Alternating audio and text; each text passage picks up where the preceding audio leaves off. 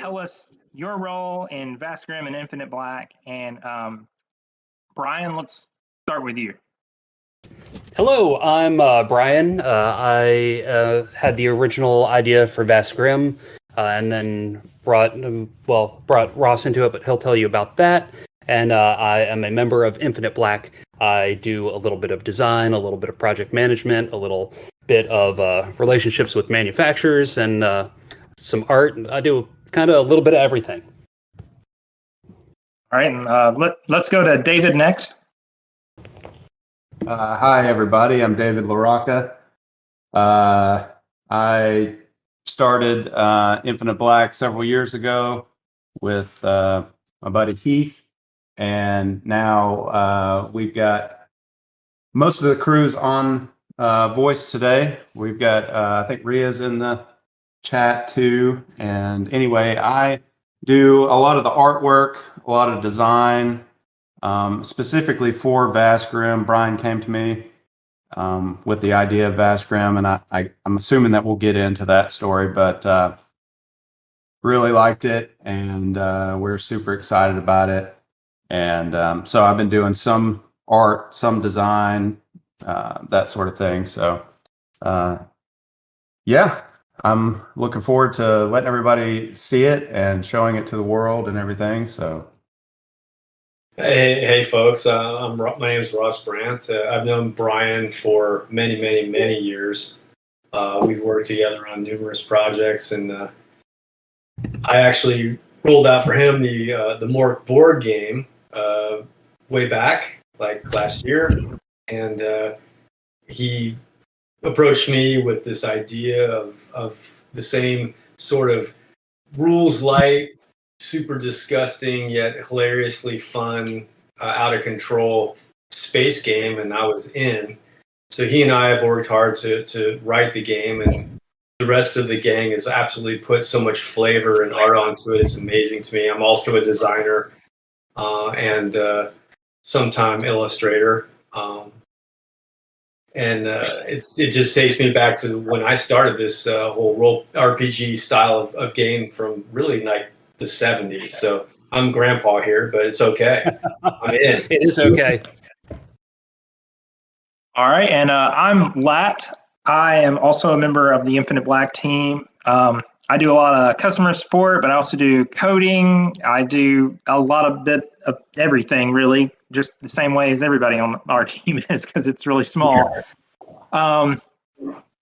So anyway, tonight for these questions, even though we are all connected to Infinite Black and the Vast Grimm project, the other people in the group here, so Brian, David, and Ross, they don't know my questions. I didn't share my questions ahead of time. So hopefully these questions will probe into the game and we'll get some interesting, background information about it. I'm kind of moderating because I'm also probably the least involved with Vast Grimm's design. I've had input, I've done playtesting, and I've definitely tossed out a lot of ideas, but these other guys are definitely more involved with the design of Vast Grimm than I have been. And then near the end, we're going to probably try to field some questions from the chat just so that you can ask questions about the game. Tonight, though, we wanted to do more chats like this probably before the campaign launches. And we kind of have this idea of each chat will be sort of specific to a certain thing. Like probably next time, I think we're going to do one that's more about the writing for the game, or maybe it's the art. I can't remember. But tonight we wanted it to... Oh, okay. What's the next one? So the next one is going to be focused on the art of the book, which will have David. It'll also have our friend Alan Panicle and myself, since the majority of the art is the three of us in there. Then we're going to have one on the writing of the book, which will be Ross and I. And then there was one other. Oh, and then we're just going to have one on the actual launch of the day on July 13th that evening to just kind of sit back and see what has happened in the first chunk of hours and talk more, especially as hopefully more people will become aware of it as the project goes live to really get more folks engaged. Cool.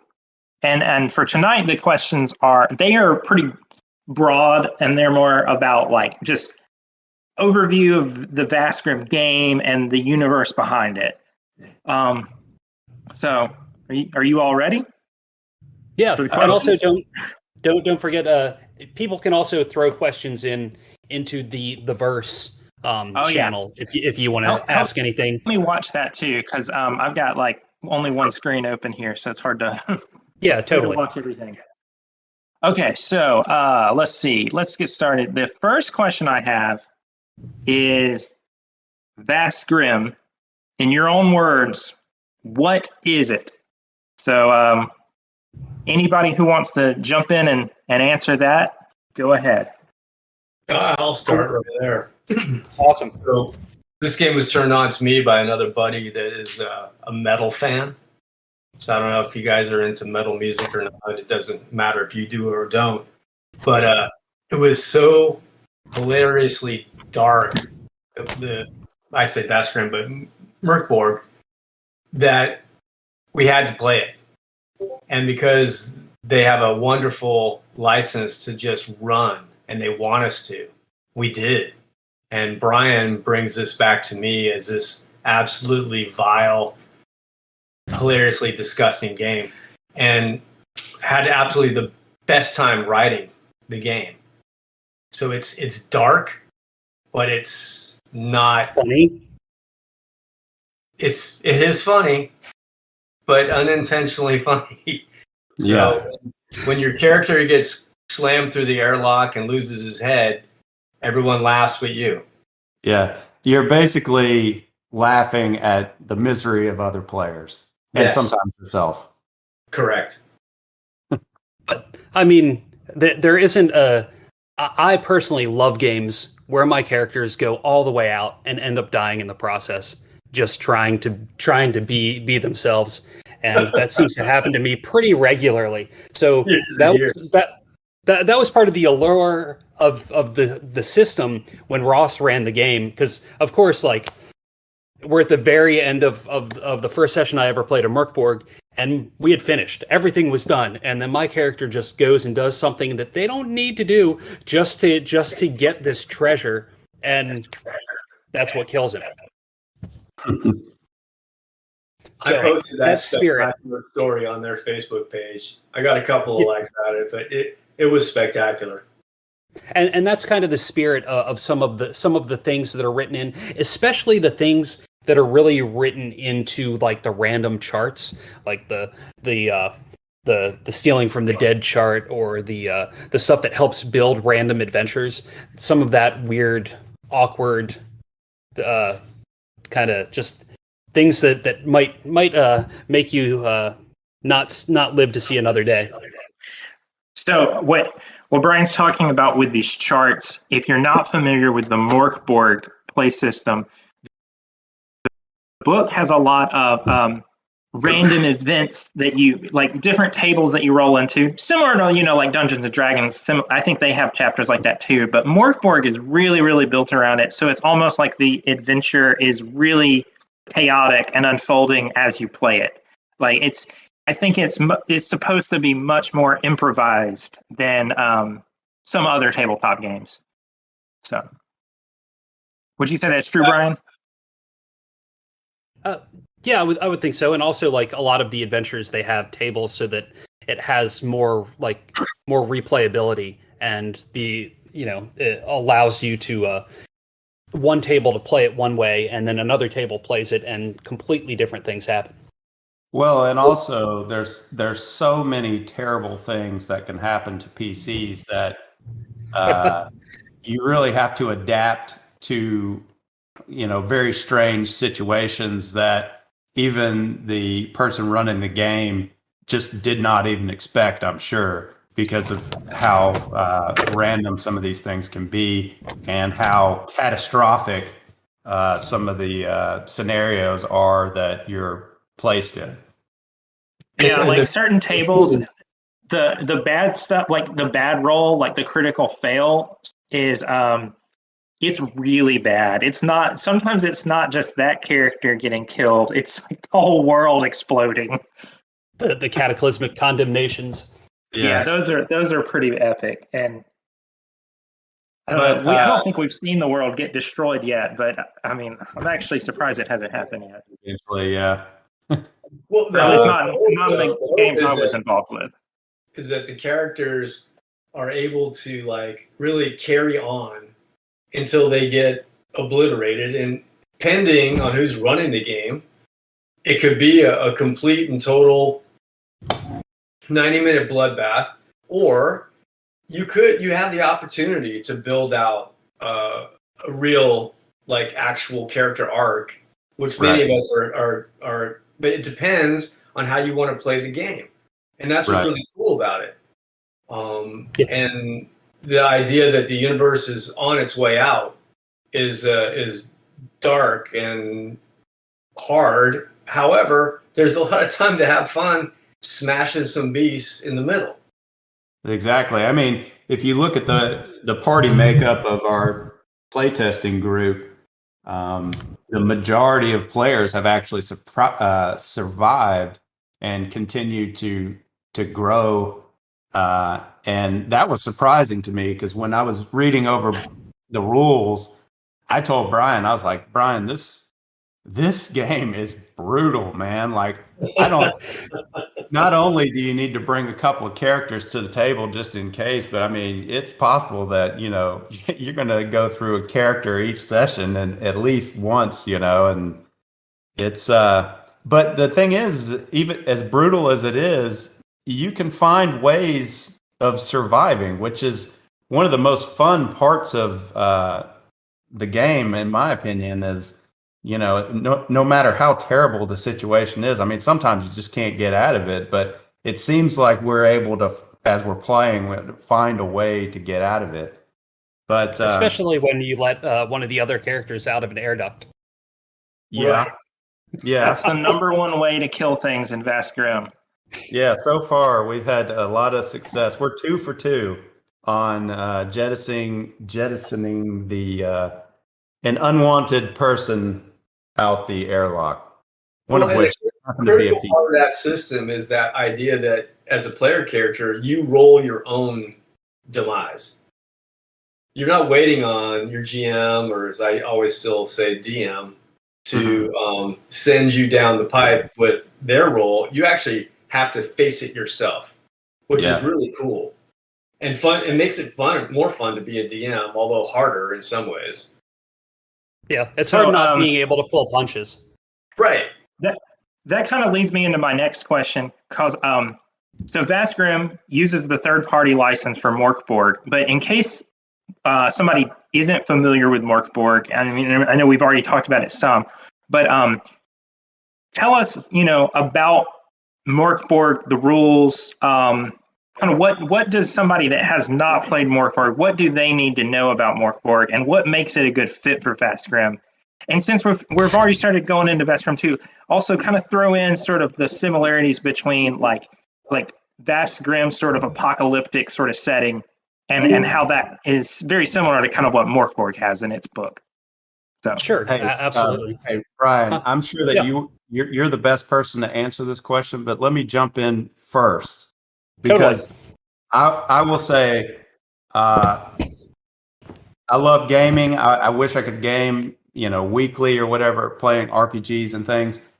But jumping into a new system for me is, I don't know, it's a little bit iffy. And so when someone proposes an idea of, just gaming in general with playing an RPG with a new system, I'm kind of like, I don't know about this, because my experience has always been with huge systems like Dungeons and Dragons and those sorts of things. And so jumping into this game, I was prepared to really have to invest, time and effort and, reading and all these other things in order to play this game. And when Brian and Ross actually ran it for us, but Brian was a PC at the time. One of the things I love about this so much is you can have a group of players that have never played, and if you're the GM, I mean, it takes next to nothing to really get up and running. And even if you don't have experience as a role-playing gamer, I think that this is one of the easiest systems to jump in and start playing immediately without having that huge time investment and constantly flipping back and forth through a rule book and everything else. It's definitely a faster play, but you don't feel like you're losing anything either because of the rules light aspect. So that's a little bit longer of an explanation, but I wanted to jump in before Brian because that was my experience. I came into this as a brand new player, never heard of Merkborg, and I was really surprised at how quickly we got up and running. It was great. And that's like one of the things that really drew me to it. So, I mean, that when I first got the PDF of the book, when Ross was running the Merkborg game, and I saw the art, and then I saw the physical copy that Ross and our friend Ken had at the table, I knew I had to order that book because having the graphic design background and just the art background, it's stuff that like the book's just pretty. It's gross, but it's pretty. But between that and how easy the game was to pick up and play, I am not a mechanic person. I do not like having to deal like I've played D&D since I was in 4th grade, but my brain just doesn't like mechanics. It wants the easy narrative stuff that you can roll the encounters and the battles pretty quickly, go through them, and then keep the story and narrative moving forward. And that's part of what I really loved about their system. So I mean, being able to roll one roll and add your modifiers basically for your fighting and one roll for your defense, and then you keep the story going. That was one of the biggest things that I really liked about the simplicity of the system. Yeah, I mean, it's not so simple though that combat is not as enjoyable as other games too. So it's really the balance that they've been able to do between making combat and skill rolls and things like that interesting, but also being able to be a story heavy type of a system has really done well. And personally, I like it better than how Fate. I mean, Fate's fun and everything, but I think this does it better. Sorry to jump in on you, Ross.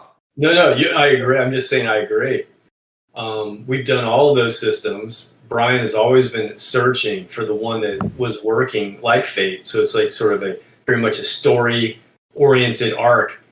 This one does it right because everybody's always involved. You're not ever sitting waiting for your turn. Mm-hmm. You're not waiting for the GM to tell you what's going to happen to you. You're making it happen for you or to you. It happens. Yeah.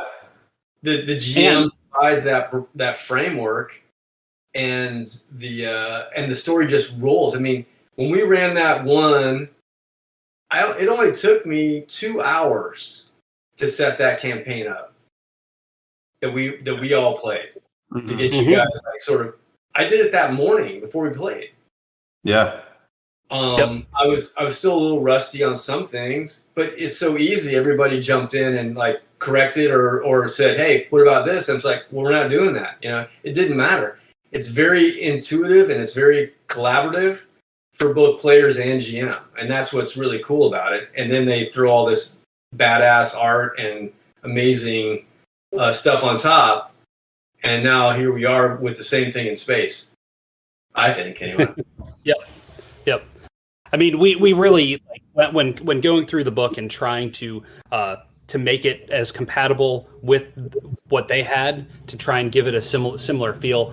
There's a lot of parallels and similarities with how their world ends in Merkborg and how the universe is ending in Vast Grimm. The same style of setup of how you roll for that at the beginning of each day, and whether or not one of these torments occurs. We call them torments in Vast Grimm.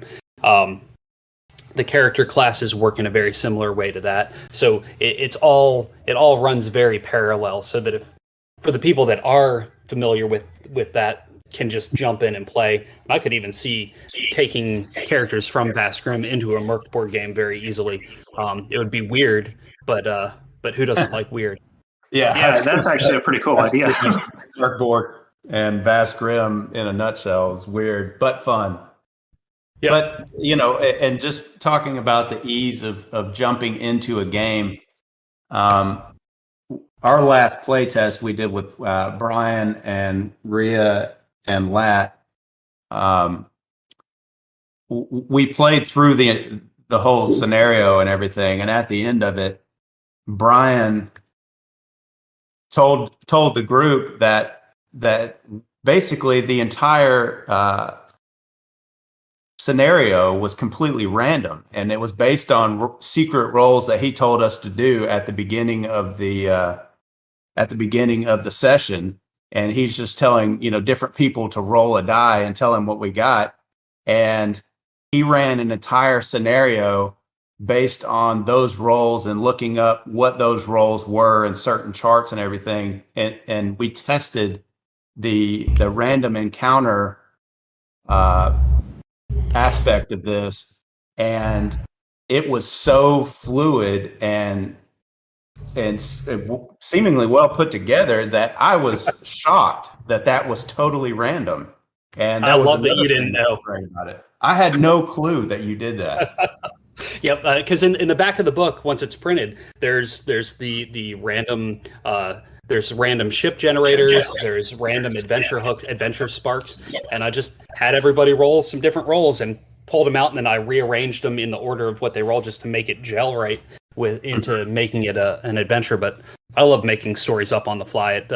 It's as a GM, it's more challenging to try and come up with it as you go, and I think there's a lot of tools in this system that make that easier.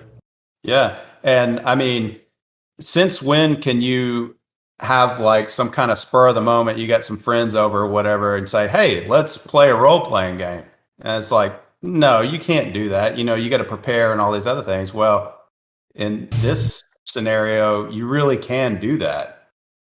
Totally. Yeah, our adventure was, I would summarize it as stealing gas from an abandoned spaceship that the computer had become sentient, similar to 2001 Space Odyssey. And also, for some reason, the spaceship had hounds, alien hounds on it.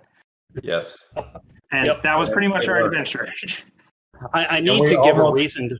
I'm sorry. Go ahead.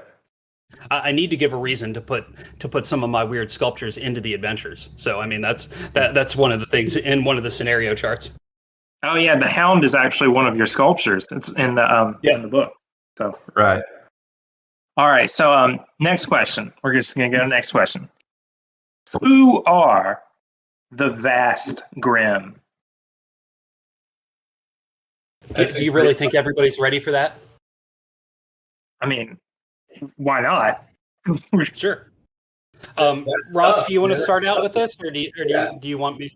No, I'll try to make sense of it, and then when everyone's confused, you can make sense of it. Excellent. So the idea here is that this is a universe kind of at its end. Which is sort of a quasi. I don't want to say religious because it's not religious, but it's definitely sort of ancient evil. Ancient evil, yeah, have created a reason to send their people out, which are the Grimm, right? So the Grimm have invaded the universe. It's sort of the shock troopers of death, and they are, in reality, parasites. So you've got a little ancient evil zombie situation going on here. The best part about the Grimm, though, for me, is that you become Grimm by being infected by any one of numerous parasites. And the parasites are the verms. And the verms take all different levels of infection, whether it's through your blood or through your brain or through your gastrointestinal tract. Yep. Which is part of the extra special sauce disgusto of this game. And when Brian and I were talking about doing this, we realized that part of what made Mort Borg so cool was that they pulled no punches about like the grossness. And every one of you on this list, if you don't have it already, should buy those books because they're amazing and so much fun and really are our inspiration. The idea that we've got a ancient evil using absolutely disgusting parasites to enslave the universe and then move on to the next one is, well, I mean, what do you do? How do you get out of there? And so that's, to me, that's the game. You can do it short, you can do it fast, you can do it grossness light, or you could do it grossness as much as you want. But the Grimm are the end result. When you lose, you've become Grimm. Yep. And then you make a new character. Correct. Yeah, totally. Or And who knows? Maybe somebody makes up a way to run Grimm. I don't know. yeah, Yeah, that could definitely be a good hack. I like that. So yeah. So that definitely got into my next question as well, which is in Vast Grimm, there are worms or worms.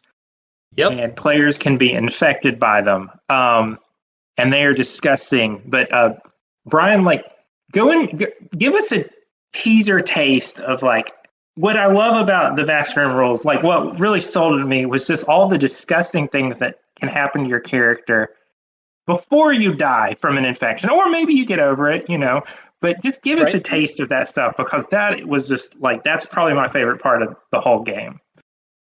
So, because there's these 6 different worms that that can possibly infect you, and any number of creatures that you face, any number of adversaries, they could all be infected. They have this thing, a stat called a GP, or a Grimm parasite, where you roll against that to see if you become infected with the Grimm. And when that happens, and you do indeed get infected, you get to roll on a chart called the parasitic pain chart.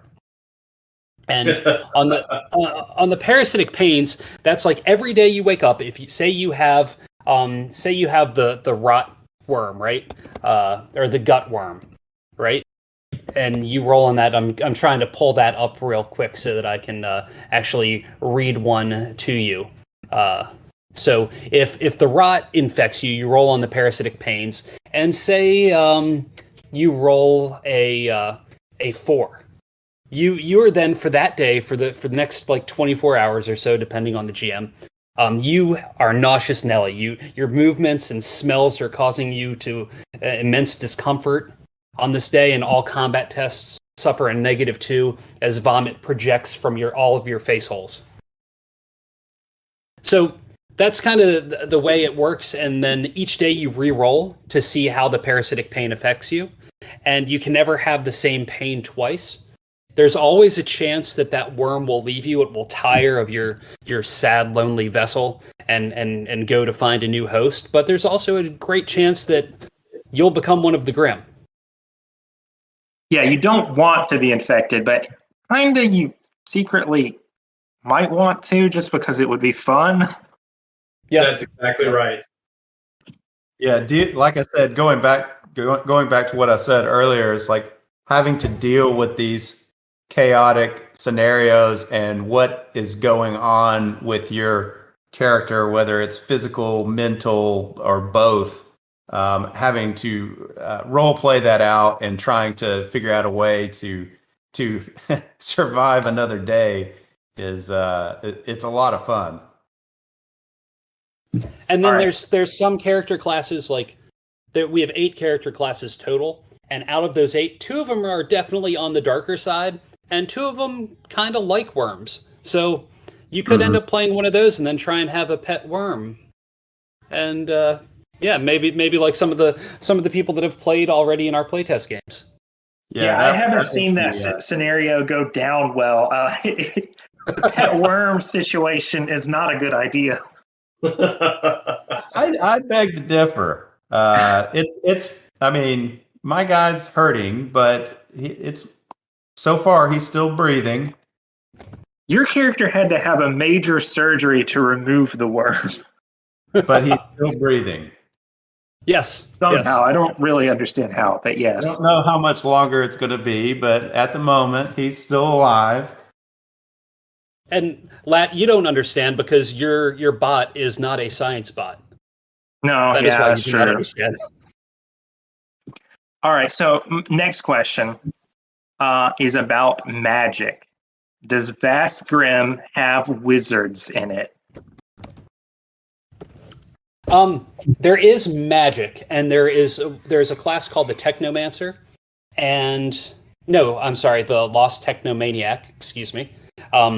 But the magic here is all comes in the form of like little drives, and it's you spend a neuromancy point to try and use your magic, and each one does a slightly different thing. The problem is if you fail on it, bad things happen.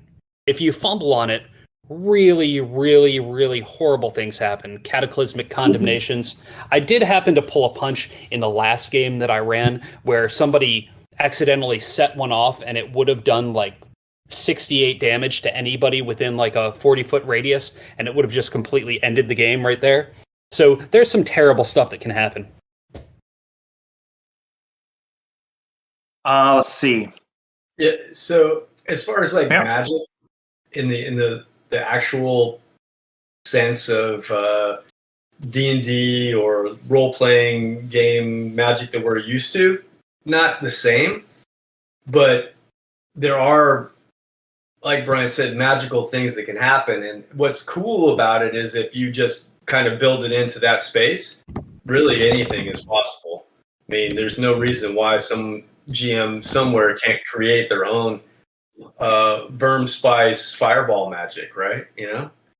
Mhm. So it's wide open, but it's not mystical. Also, Except a for note on sort of they are mystical. the magic in Vast Grimm are the tributes and how they relate to Morkborg with the what are they called in Morkborg? The scrolls or whatever. Yeah, the scrolls. So one difference between like Dungeons and Dragons is anybody can use those scrolls. It's not like you don't have to be like a wizard, and certain classes may have certain benefits, but in general, those scrolls are just really, really powerful. And if you're using them, it's like, a huge risk to your own safety because it's like so much power that it can just go very, very wrong. So, Yes. And some classes have a higher chance of basically fumbling with them than others. So like the when you emo fumble bot. on a tribute, it can be terrible. Yes. Absolutely. Then that is why we call them the cataclysmic condemnations, because they are quite cataclysmic. Yeah. for my next question, what sparked the idea for Vast Grimm? Like not necessarily making the game based on the Morkborg rules, but the universe, the worms. Where did that all originate? So like after Ross ran the Merkborg game, like all of a sudden, like I wanted to do something dark, like with sculpture. Like most of my sculptures up until that point had all been very colorful, more. I want to say more Muppet-like in a little bit. No. No, okay. No, they're not Muppet-like, but they're just brighter and a little more whimsical. And so I wanted to do something dark and nasty, and so I sculpted the Warhound, which had all these nasty teeth. I wanted to paint it black and white and grays with only like one other color, influenced by the style of the Merkborg book. That it's very black and white and yellow. So that was the initial inspiration to sculpt something, and I really hadn't sculpted much at all over the previous year, mainly because of COVID. And so when I did that, like with almost everything I do, if I create a creature or I sculpt something, it's got to have a story behind it.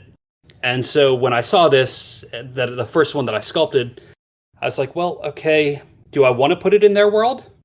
no, I want to create my own world for it to go in.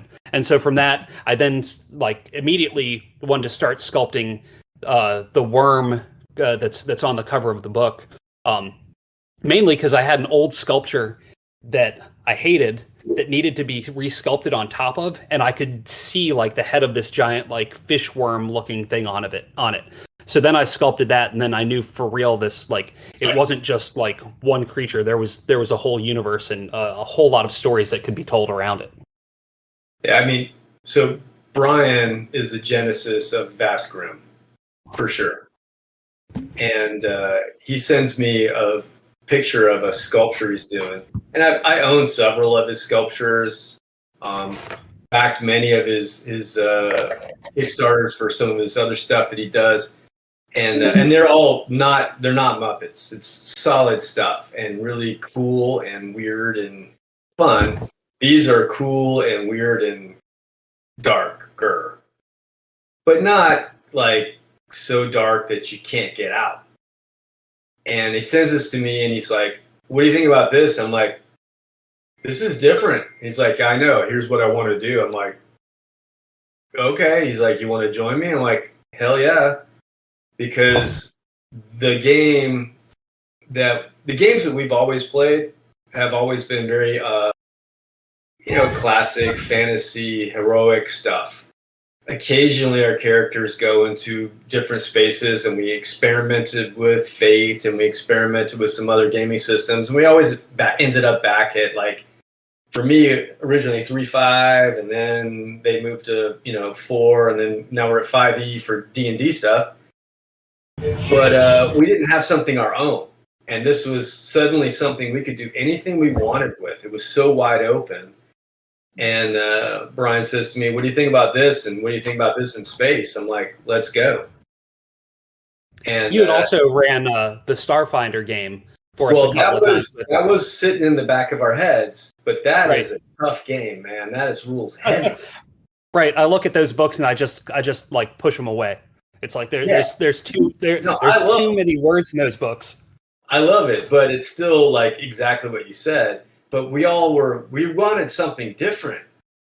I didn't want to swing a sword anymore. I wanted to shoot lasers and have ships, and my games are always real serious and kind of, they're not dark, but they're probably more realistic in a lot of ways. Yep. And then this one gave us everything we needed to just run. So it's been so much fun. I love it. Yep.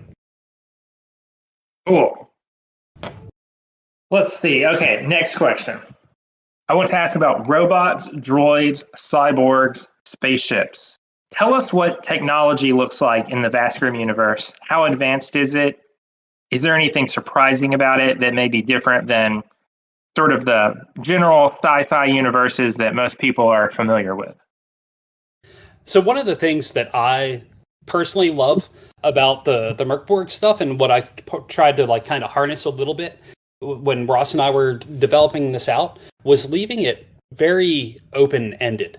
Like, yeah, I want people to be able to come into this, and however they want to run their game, they can run it their way, right? Because like I'm much more of a science fantasy person, because I can't get hung up on mechanics of how things actually work realistically and have the science behind it to make it work.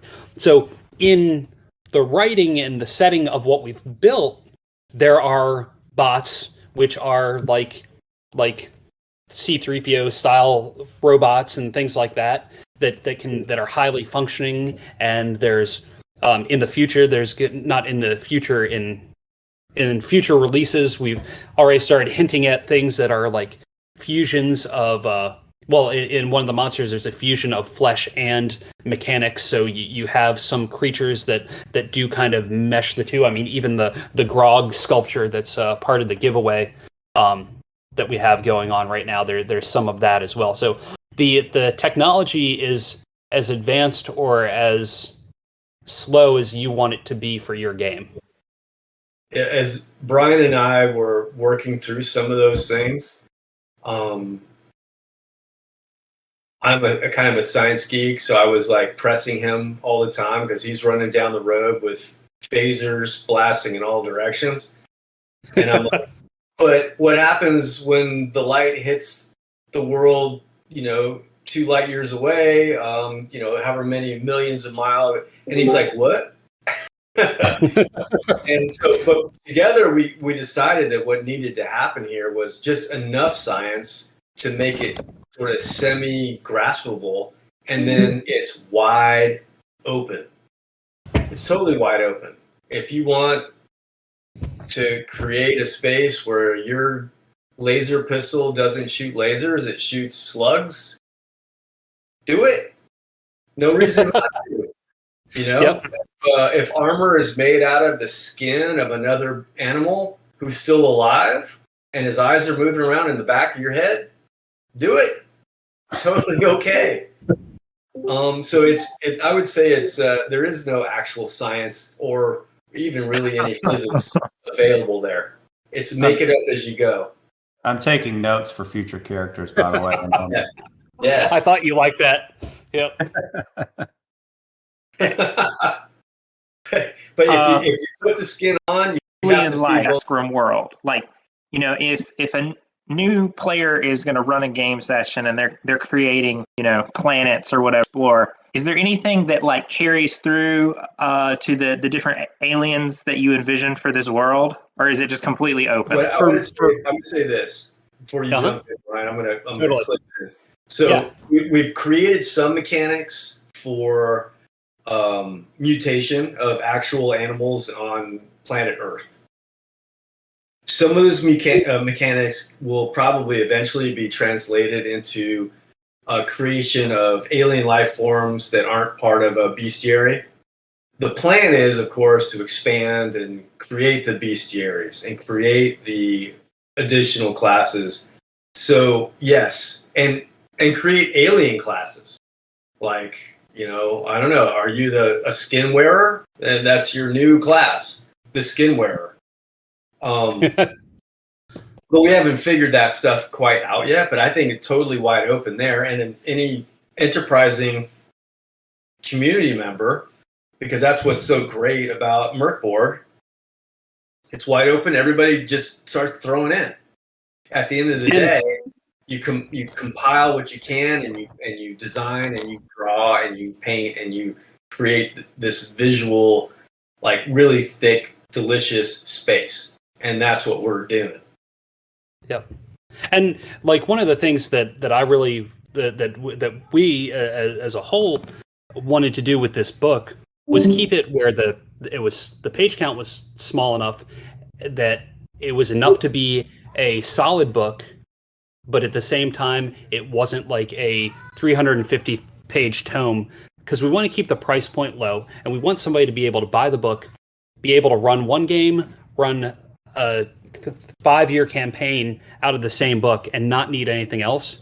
So the idea of the different alien species and playable species, that's all stuff that is crawling around in threads of documents as it's starting to fester. And there are certain things that I already know are going to be the core of a future book, but they are not necessary at all to play Vast Grimm. It's just like, that's something that could be expanded upon later if you chose to take your game that way. Or you could, like Ross said, you could throw your own ideas in and make it your own. All right. So, next question. Infinite Black is known for its Cthulhu mythos roots. Does Cthulhu exist in the Vast Grimm universe? It was never written with that intention at all. The 6 ancient old ones that are the ancient evil that were unlocked from the mausoleum of 663 years ago, could be seen as having some correlation with some elder gods, but that's just like all cultures have ancient evils. So that's kind of, it was never meant for it to be in the Cthulhu mythos at all. Yeah, and while it is not, while Cthulhu is not in Vast Grimm, there's definitely a lot of things in Vast Grimm that kind of have a little bit of that flavor. So if you are a Cthulhu Mythos fan and you're used to what we do at Infinite Black and how our previous projects have been so Cthulhu Mythos heavy, I think you're going to find a lot in Vast Grimm that you're going to like. It's not going to be named Cthulhu or Deep Ones or anything like that, but there's definitely enough weirdness in here that you could say that we drew upon a bit of the mythos in some ways, even if it's just the artwork alone. It's hard for me to make art and not have some kind of Cthulhu mythos influence, even if it's got laser beams. Yeah, so okay. I have one more question, and then I was thinking we should see if anybody else has any questions. Does that sound good? Yeah. All right. So my last question is, what went better than expected with the playtesting? So Brian, I guess this is mainly for you, or actually really anybody that was involved with our playtesting. And then what changed or didn't work as smoothly as you hoped with your playtesters? That's a good question. Yeah. So the things that worked, I think the least, like that weren't as smooth with playtesting were things that rested on my shoulders. I'm not necessarily used to describing things in a horrific way and a gruesome and disgusting way. So like in my head, I picture things and I see things for a certain way, but I don't necessarily always communicate that with new players. So I think things could have been nastier and grosser to really give it more of that tone. And especially in the last game that I ran, where I chose to run it on a completely different platform, which I think kind of took people out of the immersion of the game a little bit. But the things that I think worked great were that every single playtest, because I've run, I want to say like 5 or 6 different groups through the adventure that's in the back of the book. The intro adventure, and everybody handled it completely differently. What people did on the ship and how they went about things was a completely different way every single time. Even with me having the random encounters be the same encounter, everybody went different ways, which was a lot of fun. It was good to see that it could be played from so many angles. And even like with one of the groups, they like got to the end objective in like 0 time, and they even got to jump into a second adventure, which was pretty rad. So, Anybody else got anything to say? Well, personally, like I haven't been running the games. I've been really trying to focus on the game from the player's perspective, and I mean, it's just run so smoothly. That's what was surprising to me, because it being the new system and a new creation, you would think that there would be so many more things that would trip you up. But as we tested this game, I mean, we've made some tweaks here and there, and really the biggest problems we've had is from a technical side of the platform that we played online. So it has nothing to do with Vast Grimm. But little tweaks here and there, but for the most part, it's been very natural, super smooth play, super smooth combat. I mean, there's really not a whole lot negative that's popped up that I can really even think of. Sounds cool. Well, we want to turn this over to the chat and see if anybody has any questions. Yeah, and also one thing that we want to mention, if you're here and you haven't seen the 2 contests we have going on, we have a Kickoff Labs contest and we have a Gleam contest, and one of them is for 1 set of prototype Vast Grimm dice. The other one, you can enter, if you get enough entries in, you can win all sorts of elusive, rare Elder dice, as well as an original sculpture from the Vast Grimm universe that I did. Yeah, you want to post those links in the Verse channel for the people that... That is a good call. Let's see. I don't think I have them readily available, but you can dig those up. But yeah, these we've got those two contests going on, which, like Brian said, I mean, the prototype dice are unique and really one of a kind because they're early prototypes. But also the original sculpture that Brian did. I mean, this is an original piece of art that's part of one of these giveaways. And so whoever wins that, you're really winning something special because, I mean, this is something that Brian worked on with his own hands, and so it's an original piece of art. So whoever wins that, it's a very lucky person for sure. But also, if you follow the draft page of Vast Grimm on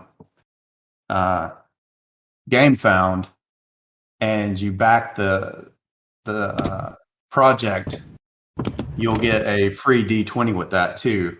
So that's just for following the campaign before we launch.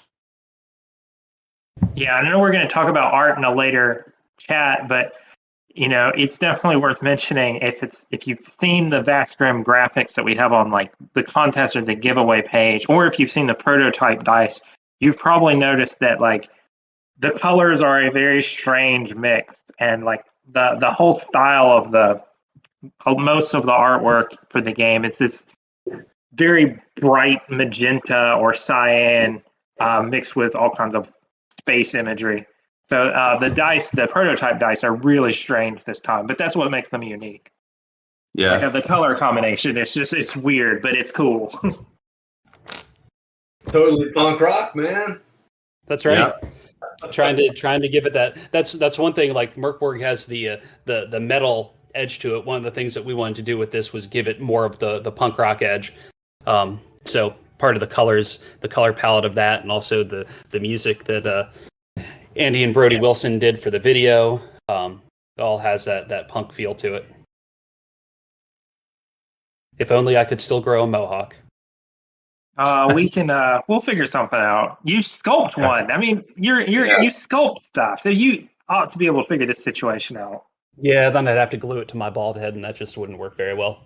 I don't know. I think we should make that happen. I'll take that on as a project. Excellent, thank you. It looks like Ria's posted the links to the giveaways if you guys haven't already jumped in on those. And good luck to everybody that's into that. Yeah. And Thursday we are playing an actual play on +1 EXP. Tony, I think, has posted, I believe, if you go through, and he's thrown some links into the channel. You should be able to track that down and be able to jump to that, because that's going to be Thursday night, and that should be fun. That is another adventure that's just randomly generated from our tables, because I didn't want to do the game that's the intro adventure that's in the back of the book and have spoilers for anybody that wants to back the project. Yeah. So that'll be really nice. You rather than just hearing us talk about how cool these things are, the story behind different things and all that, you'll actually be able to see and hear it played live that's live, right? Yes, it'll be live on his Twitch channel, and then it will also yes, Tony just posted that link, Thursday at 8 p.m. Eastern. So that should be a lot of fun. I'm very excited about that. Have you played with any of these people before, Brian? Only one. This guy Brandon, who used to live not too far from me. I've played in a couple of games that he ran years and years ago, before he moved away. So, but everybody else is new to me, which is totally awesome, because running games for new people is a lot of fun, and also introducing more people to Vast Grimm is great. Yeah, and it'll show how easy to learn the system is and flexible it is. So it should be a real fun time.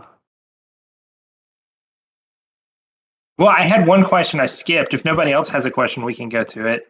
Because it was just very similar to one of the other questions, but maybe you have an answer that will surprise me. But I was gonna ask. I was gonna ask what are some of the like key named locations in the Vast Grimm universe? Like that are going to come up in the book and come up over and over again. Right.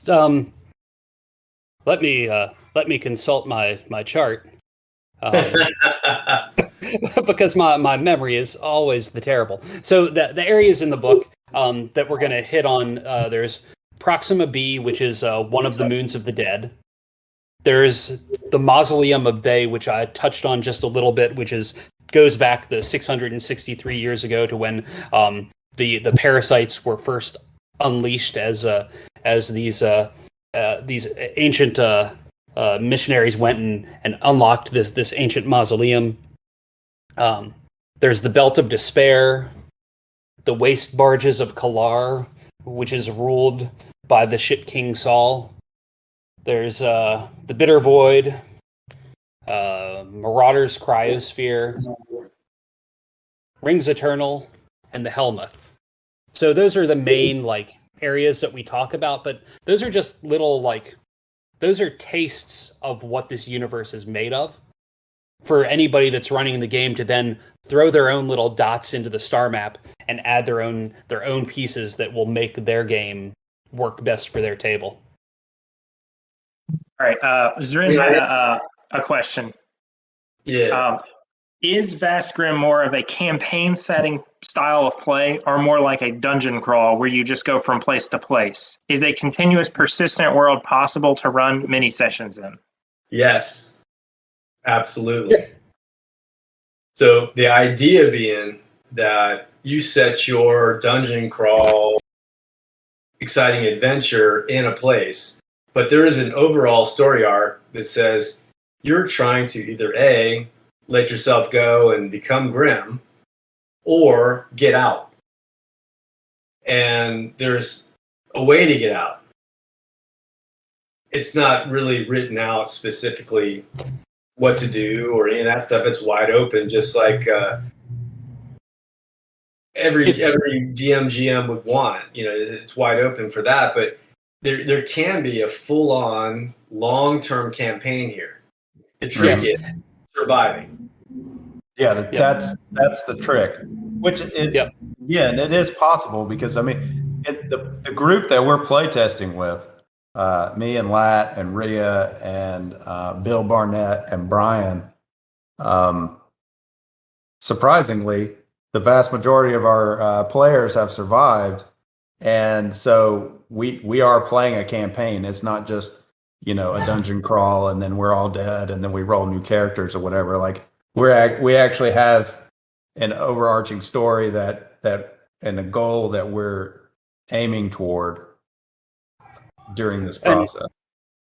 And one of the options early in the book for the group is to roll for the GM really is to roll a D8 to see where this mythical gate of infinite stars is currently being built, which a lot of people believe that there's these scientists and engineers that are building a gate that will allow people to escape to either a parallel universe, a multiverse, something like that. So a lot of stories can be revolving around trying to find pieces that these engineers need to get this gate built, to try and escape the Grimm. Yeah. I'd say too, one of the things about one of the things about the Morkborg system and Vast Grimm.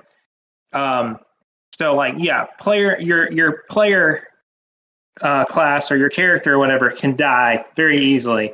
But one of the very important rules that right at first when I started playing that I didn't understand how important it was, but your character gets these things called favors, and they're sort of like inspiration tokens. But they refresh after you have a long rest or whatever, but you really have to use them. They are very, very important to the rules in the game because there's going to be times where you have to use one to reroll or you're going to die.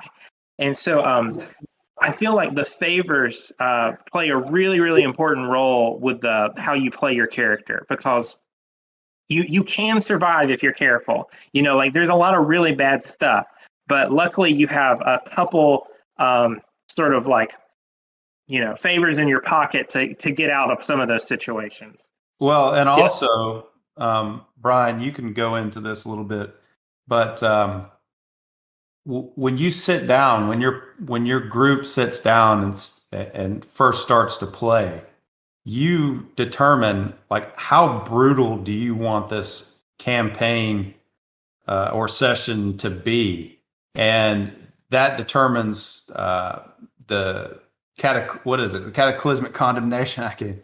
No, so it's terrible too, right? But no, go into that, because you could really speed things up as far as how terrible things are, or give yourself a little breathing room.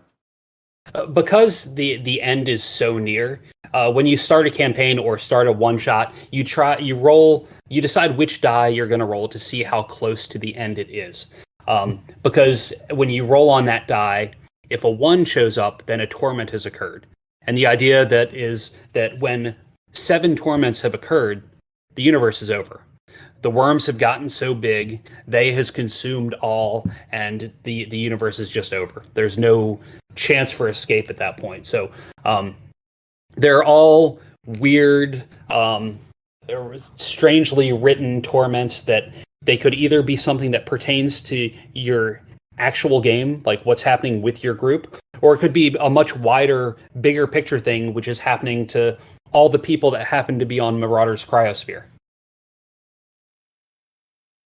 So on your character sheet, there's a check mark area to mark off how many torments have occurred, because as you go through the days and you go through playing the games, you want to try and escape before that 7th torment happens.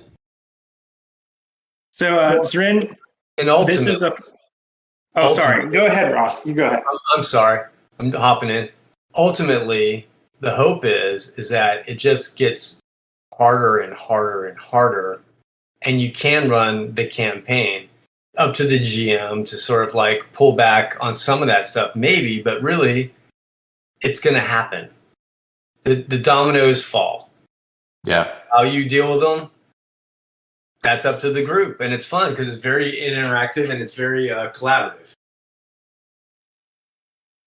So Zrin asks, should we expect a Vast Grimm equivalent to the Turtle RPG tool, which I might have to explain, something that you can hit a button on and it will generate content, characters, events? So the Turtle RPG tool, my background is I've made a lot of mobile apps and games and stuff, and that is an app that I made that generates, it's supposed to be D&D content, but it's just really silly fantasy stuff. But the answer to this question is we are working on a character generator for creating ready-to-go pre-gen characters for Vast Grimm, and we definitely want that. And we've talked about some other possibilities of making some other digital tools that may do some other stuff, but we haven't completely figured out where to fit the time in for those yet. But hopefully we will make some stuff like that. So. And the character generator is going to be a stretch goal. So that's not something that we'll probably have right off the bat. Hopefully, we definitely want it. But like Morkborg has their website has really good generators for characters and I think a few other things. So we definitely hope to have some stuff like that. Yeah, totally. Yeah, for sure. Because that just makes everything better. Yeah, I mean, the first time we played Morkborg, I clicked on the character, printed 2 out, and I was ready to play in like 2 minutes. Yeah, and, making a Vast Grimm characters in 5 minutes. Yep. Zrin asks, can we expect published adventures from Infinite Black about some kind of meta plot or expanding on the universe, or will that stuff mainly be user-generated content that we would be able to post for free online or put up on places like DM's Guild? There are David and I have talked a bit about some adventures, and we do already have one in the works that we can't really talk about yet. But there will be some of that coming, and if the campaign does well enough, I've kind of mapped out a calendar with all sorts of awesome stuff, And then we still need to talk about how we're going to handle the open license thing, because like Merkborg is very open license.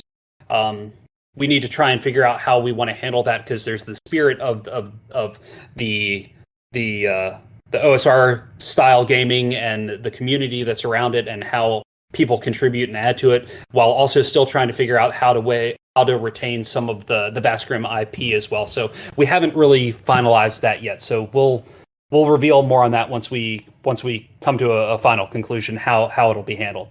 All right. We have another question from Dead Aussie Gamer. Would you guys be looking for professional gamer streamers to run promo sessions on Twitch? Just asking for a friend. Wink. Hey, Michael, you can message me and we'll chat about that. What do you got? You guys want to call it there? I don't have anything else. So when's our next session? You said the next one's going to be about art. No, actually, so the next live chat at this point is currently scheduled for July 13th on launch day. Okay. If we decide that we want to have one prior to that, we'll let everybody know. Just try and hang out and keep an eye on the socials and on the Discord, and we'll go from there. I mean, I think tonight's been a lot of fun. If you guys liked it, please let us know in the Vast Grimm thread, just so that if you feel like you'd want to come back and hear more of our rambling, just let us know. And as we got more questions coming in now. Well, I was going to say, as questions continue to roll in, we can continue to answer them in the chat. But I will say, I'll go ahead and answer Dead Aussie Gamers. We have Vast Grimm style stuff similar to what we've done with Elder Dice in the past. Without mentioning any specifics yet, because we are saving some of that for the campaign. We're going to have some neat extra items that you'll be able to pick up. It won't be as big as a normal Elder Dice campaign, right? But there are a lot of goodies. Yeah, one thing I've been trying to drive home with people is this is a Vast Grimm campaign. It's not an Elder Dice campaign.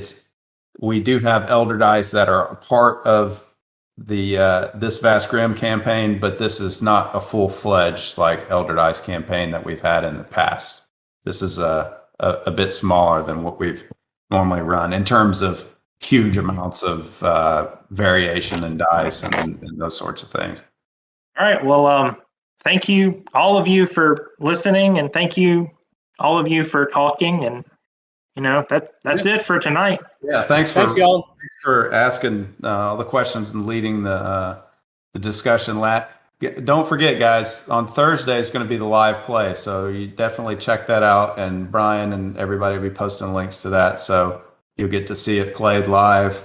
And we'll continue to post updates and things as we get closer to the launch day.